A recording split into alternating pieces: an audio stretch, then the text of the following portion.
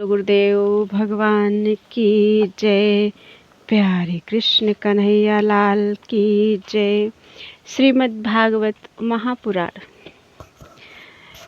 पंचम स्कंध चल रहा है और आज है 21वां अध्याय, सूर्य के रथ और उसकी गति का वर्णन।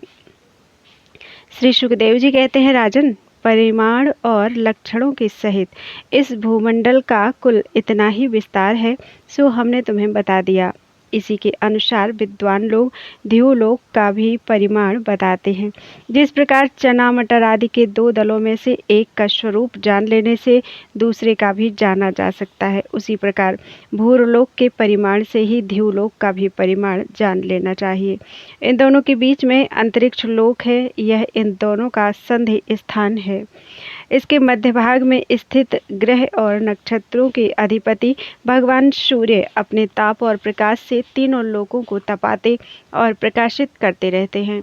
वे उत्तरायण, दक्षिणायन और विषुवत नाम वाली क्रमशः मंद, शीघ्र और समान गतियों से चलते हुए समयानुसार मकर आदि राशियों में ऊंचे नीचे और समान स्थानों में जाकर दिन रात को बड़ा छोटा या समान करते हैं।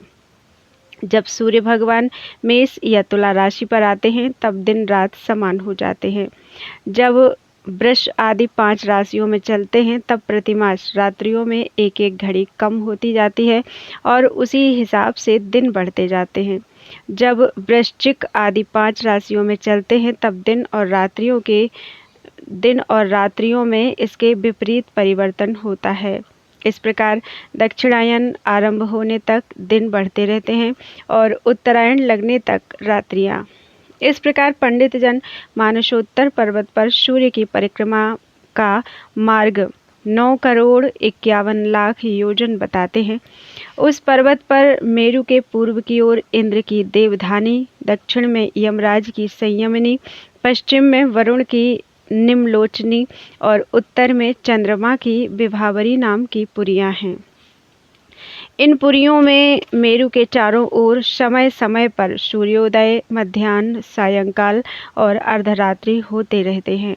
इन्हीं के कारण संपूर्ण जीवों की प्रवृत्ति या निवृत्ति हुआ करती है होती है। राजन, जो लोग सुमेरु पर्वत पर रहते हैं उन्हें तो सूर्यदेव सदा मध्याह्न कालीन रहकर ही तपाते रहते हैं। वे अपनी गति के अनुसार अश्विनी आदि नक्षत्रों की ओर जाते हुए यद्यपि मेरु को बाईं ओर रखकर चलते हैं तो भी सारे ज्योतिर्मंडल को घुमाने वाली निरंतर दाईं ओर बहती हुई प्रवाह वायु द्वारा घुमा दिए जाने से वे उसे दाईं ओर रखकर चलते जान पड़ते हैं। जिस पुरी में भगवान सूर्य का उदय होता है उसके ठीक दूसरी ओर की पुरी में वे अस्त होते मालूम होंगे और जहाँ वे लोगों को पसीने पसीने करके तपा रहे होंगे उसके ठीक सामने की ओर आधी रात होने के कारण वे उन्हें निद्रा वश किए होंगे।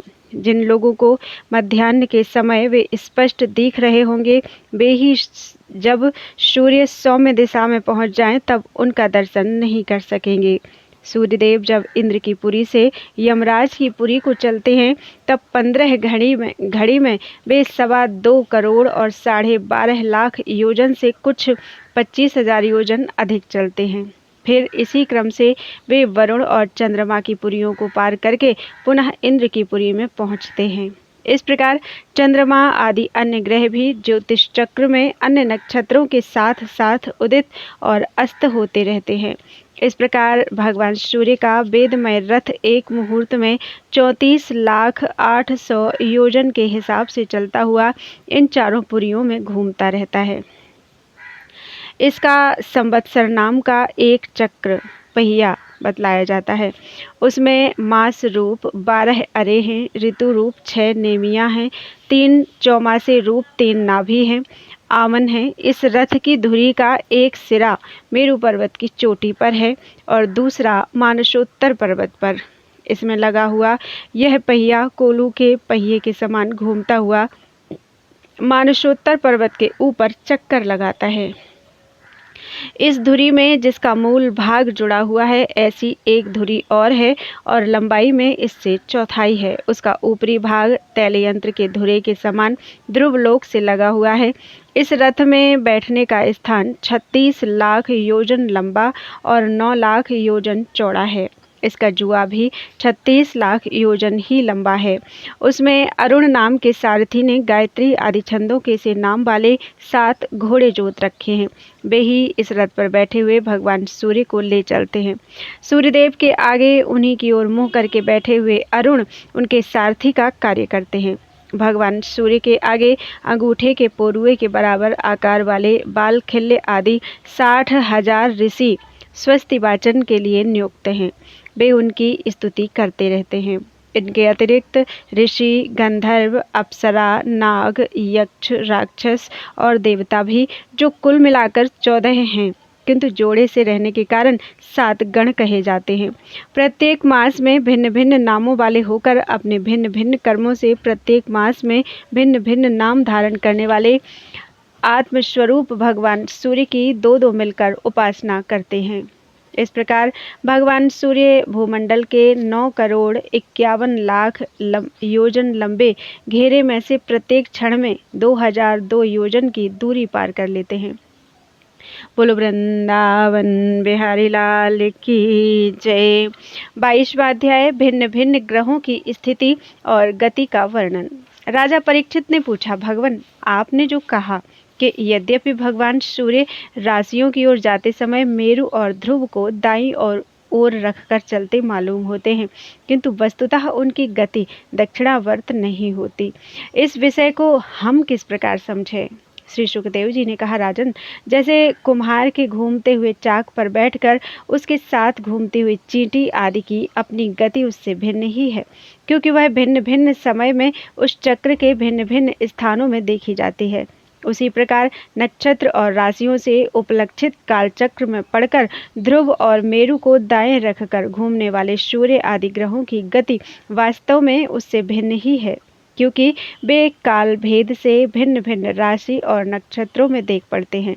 वेद और विद्वान लोग भी जिनकी गति को जानने के लिए उत्सुक रहते हैं, वे साक्षात आदि पुरुष भगवान नारायण ही लोकों के कल्याण और कर्मों की शुद्धि के लिए अपने वेदमय विग्रह काल को 12 मासों में विभक्त कर वसंत आदि 6 ऋतुओं में उनके यथा योग्य गुणों का विधान करते हैं। इस श्लोक में वर्णाश्रम धर्म का अनुसरण करने वाले पुरुष वेद त्रयी द्वारा प्रतिपादित छोटे बड़े कर्मों से इंद्रादि देवताओं के रूप में और योग के साधनों से अंतर्यामी रूप में उनकी श्रद्धा पूर्वक आराधना करके सुगमता से ही परम पद प्राप्त कर सकते हैं। भगवान सूर्य संपूर्ण लोकों की आत्मा हैं। वे पृथ्वी और ध्युलोक के मध्य में स्थित आकाश मंडल के भीतर काल चक्र में स्थित होकर 12 मासों को भोगते हैं, जो संवत्सर के अवयव हैं और मेष आदि राशियों के नाम से प्रसिद्ध है। इनमें से प्रत्येक मास चंद्रमान से शुक्ल और कृष्ण 2 पक्ष का, पितृमान से 1 रात और 1 दिन का तथा सौरमान से 2.25 नक्षत्र का बताया जाता है। जितने काल में सूर्यदेव इस संवत्सर का 6ठा भाग भोगते हैं, उसका वह अवयव ऋतु कहा जाता है। आकाश में भगवान सूर्य का जितना मार्ग है, उसका आधा वे जितने समय में पार कर लेते हैं, उसे एक अयन कहते हैं, तथा जितने समय में वे अपनी मंद, तीव्र और समान गति से स्वर्ग और पृथ्वी मंडल के सहित पूरे आकाश का चक्कर लगा जाते हैं, उसे अवान्तर भेद से संवत्सर, परिवत्सर, इडावत्सर, अनुवत्सर अथवा वत्सर कहते हैं। इसी प्रकार सूर्य की किरणों से 1 लाख योजन ऊपर चंद्रमा है, उसकी चाल बहुत तेज है, इसलिए वह सब नक्षत्रों से आगे रहता है। यह सूर्य के 1 वर्ष के मार्ग को 1 मास में, 1 मास के मार्ग को 2.25 दिनों में और 1 पक्ष के मार्ग को 1 ही दिन में तय कर लेता है। यह कृष्ण पक्ष में क्षीण हुई कलाओं से पितृगण के और शुक्ल पक्ष में बढ़ती हुई कलाओं से देवताओं के दिन रात का विभाग करता है तथा 30-30 मुहूर्तों में 1-1 नक्षत्र को पार करता है। अन्नमय और अमृतमय होने के कारण यही समस्त जीवों का प्राण और जीवन है। ये जो 16 कलाओं से युक्त मनोमय, अन्नमय, अमृतमय पुरुष स्वरूप भगवान चंद्रमा है, ये ही देवता, पितर, मनुष्य, भूत, पशु, पक्षी, सरीसृप और वृक्षादि समस्त प्राणियों के प्राणों का पोषण करते हैं, इसलिए इन्हें सर्वमय कहते हैं। चंद्रमा से 3 लाख योजन ऊपर अभिजित के सहित 28 नक्षत्र हैं। भगवान ने इन्हें कालचक्र में नियुक्त कर रखा है, अतः ये मेरु को दाईं ओर रखकर घूमते रहते हैं। इनसे 2 लाख योजन ऊपर शुक्र दिखाई देता है।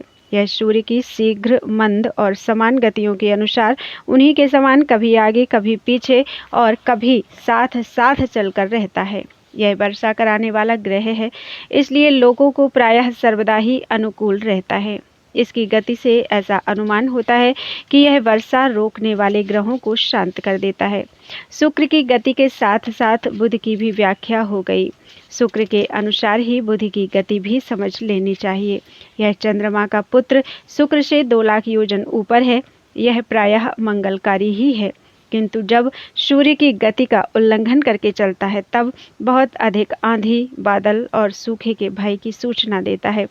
इससे 2 लाख योजन ऊपर मंगल है। वह यदि वक्र गति से ना चले तो एक एक राशि को 3-3 पक्षों में भोगता हुआ 12 राशियों को पार करता है। यह अशुभ ग्रह है और प्रायः अमंगल का सूचक है। इसके ऊपर 2 लाख योजन की दूरी पर भगवान बृहस्पति जी हैं। ये यदि वक्र गति से ना चलें तो एक एक राशि को एक एक वर्ष में भोगते हैं। ये प्रायः ब्राह्मण कुल के लिए अनुकूल रहते हैं। बृहस्पति से 2 लाख योजन ऊपर शनैश्चर दिखाई देते हैं। ये 30-30 महीने तक एक एक राशि में रहते हैं, अतः इन्हें सब राशियों को पार करने में 30 वर्ष लग जाते हैं। ये प्रायः सभी के लिए अशांतिकारक हैं।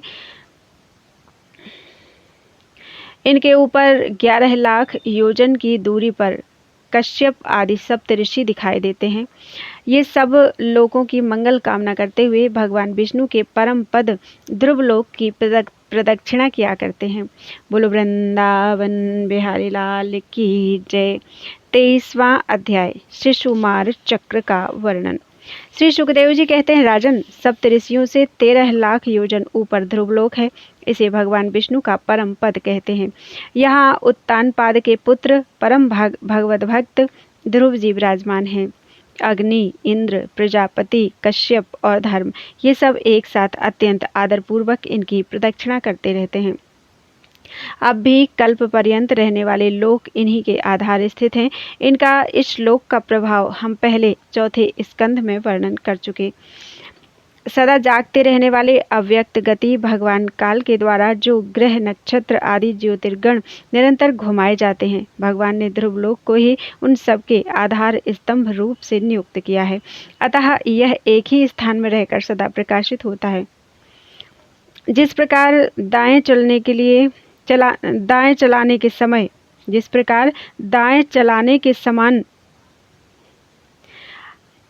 अनाज को खूंदने वाले पशु छोटी, बड़ी और मध्यम रस्सी में बंधकर क्रमशः निकट, दूर और मध्य में रहकर खंभे के चारों ओर मंडल बांधकर घूमते रहते हैं, उसी प्रकार सारे नक्षत्र और ग्रहगण बाहर भीतर के क्रम से इस काल चक्र में नियुक्त होकर ध्रुवलोक का ही आश्रय लेकर वायु की प्रेरणा से कल्प के अंत तक घूमते रहते हैं। जिस प्रकार मेघ और बाज आदि पक्षी अपने कर्मों की सहायता से वायु के अधीन रहकर आकाश में उड़ते रहते हैं, उसी प्रकार ये ज्योतिर्गण भी प्रकृति और पुरुष के संयोगवश अपने अपने कर्मों के अनुसार चक्कर काटते रहते हैं, पृथ्वी पर नहीं गिरते। कोई कोई पुरुष भगवान की योग माया के आधार पर स्थित इस ज्योतिष चक्र का शिशुमार अर्थात शूंश के रूप में वर्णन करते हैं। यह शिशुमार कुंडली मारे हुए है और इसका मुख नीचे की ओर है। इसकी पूंछ के सिरे पर ध्रुव स्थित है। पूंछ के मध्य भाग में प्रजापति, अग्नि, इंद्र और धर्म है। पूंछ की जड़ में धाता और विधाता हैं। इसके कटि प्रदेश में सप्तऋषि हैं। यह शिशुमार दाहिनी ओर को सिकुड़कर कुंडली मारे हुए हैं। ऐसी स्थिति में अभिजित से लेकर पुनर्वसु पर्यंत जो उत्तरायण के 14 नक्षत्र हैं, वे इसके दाहिने भाग में हैं, और पुष्य से लेकर उत्तरा आषाढ़ पर्यंत जो दक्षिणायन के 14 नक्षत्र हैं, वे बाएं भाग में हैं। लोक में भी जब शिशुमार कुंडलाकार होता है तब उसके दोनों ओर के अंगों की संख्या समान रहती है। उसी प्रकार यहाँ नक्षत्र संख्या में भी समानता है। इसकी पीठ में अजवीथी अर्थात मूल, पूर्वाषाढ़ा और उत्तराषाढ़ा नाम के 3 नक्षत्रों का समूह और उधर में आकाश गंगा है। राजन, इसके दाहिने और बाएं कटि तटों में पुनर्वसु और पुष्य नक्षत्र हैं। पीछे के दाहिने और बाएं चरणों में आर्द्रा और आश्लेषा नक्षत्र हैं तथा दाहिने और बाएं नथुने में क्रमशः अभिजित और उत्तराषाढ़ा हैं। इस प्रकार दाहिने और बाएं नेत्रों में श्रवण और पूर्वाषाढ़ा एवं दाहिने और बाएं कानों में धनिष्ठा और मूल नक्षत्र हैं। मघा आदि दक्षिणायन के 8 नक्षत्र बाईं पसलियों में और विपरीत क्रम से मृगशिरा आदि उत्तरायण के 8 नक्षत्र दाहिनी पसलियों में हैं। शतभिषा और ज्येष्ठा ये 2 नक्षत्र क्रमशः दाहिने और बाएं कंधों की जगह हैं। इसके ऊपर की थूथनी में अगस्त्य, नीचे की ठोड़ी में नक्षत्र रूप यम, मुखों में मंगल, लिंग प्रदेश में शनि, ककुद में बृहस्पति, छाती में सूर्य, हृदय में नारायण, मन में चंद्रमा, नाभि में शुक्र, स्तनों में अश्विनी कुमार, प्राण और अपान में बुध, गले में राहु, समस्त अंगों में केतु और रोमों में संपूर्ण तारागण स्थित हैं। राजन, यह भगवान विष्णु का सर्वदेवमय स्वरूप है। इसका नित्य प्रति सायंकाल के समय पवित्र और मौन होकर दर्शन करते हुए चिंतन करना चाहिए तथा इस मंत्र का जप करते हुए भगवान की स्तुति करना चाहिए। संपूर्ण ज्योतिर्गणों के आश्रय, कालचक्र स्वरूप, सर्वदेवाधिपति परम पुरुष परमात्मा का हम नमस्कार पूर्वक ध्यान करते हैं। ग्रह, नक्षत्र और ताराओं के रूप में भगवान का आधिदैविक रूप प्रकाशित हो रहा है। वह तीनों समय उपर्युक्त मंत्र का जप करने वाले पुरुषों के पाप नष्ट कर देता है। जो पुरुष प्रातः, मध्याह्न और सायं तीनों काल उनके इस आधिदैविक स्वरूप का नित्य प्रति चिंतन और वंदन करता है, उसके उस समय किए हुए पाप तुरंत नष्ट हो जाते हैं। बोलो वृंदावन बिहारी लाल की जय। त्वदीयं वस्तु गोविंदं तुभ्यमेव समर्पितम्।